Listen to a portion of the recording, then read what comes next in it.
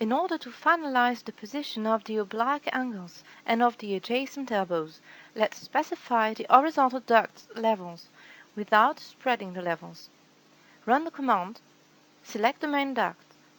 Its level is of 260.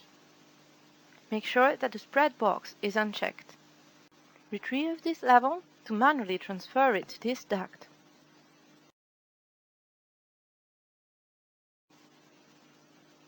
Rerun the command. This horizontal duct level is of 200. This one is of 260.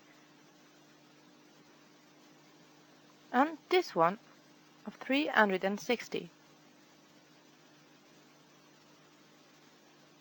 Now run the Move an Object local command and select the elbow. The software calculates the move it has to apply to the elbow to start with a level of 200 and end with a level of 260. Confirm the levels. The elbow is accurately positioned so that the oblique duct length remains correct. Let's redo the same operation for this elbow. Confirm the levels from 200 to 260. The elbow is positioned. In order to get the levels fully listed in the whole branch, run the command, select a horizontal duct, and this time check the spread box.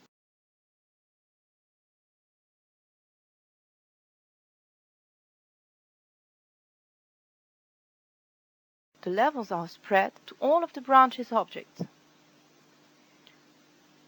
3D transformation can now be done. Run the command, select the objects, confirm. Here is your 3D network.